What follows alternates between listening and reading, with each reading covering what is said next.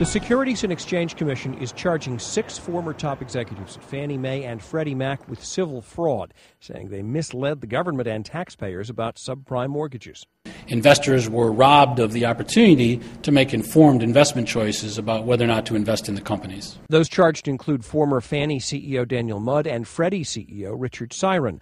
According to the lawsuit, Fannie told investors in 2007 it had $4.8 billion in subprime loans on its books. The SEC says Fannie actually held about $43 billion in subprime loans. Freddie's 2006 disclosure claimed between $2 and $6 billion of subprime mortgages. The SEC says its holdings were actually closer to $141 billion.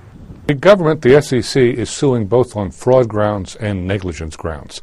I think they have a pretty simple case in terms of this being a negligent misstatement. All they have to show is that it was material.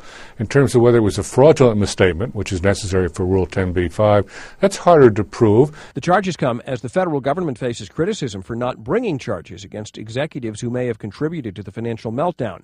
Fannie and Freddie both entered into agreements with the government, accepting responsibility for their conduct without admitting or denying the charges. What's distinctive here is the government, the SEC, has settled with these two corporations, Fannie Mae and Freddie Mac, under a non-prosecution agreement which requires them to cooperate.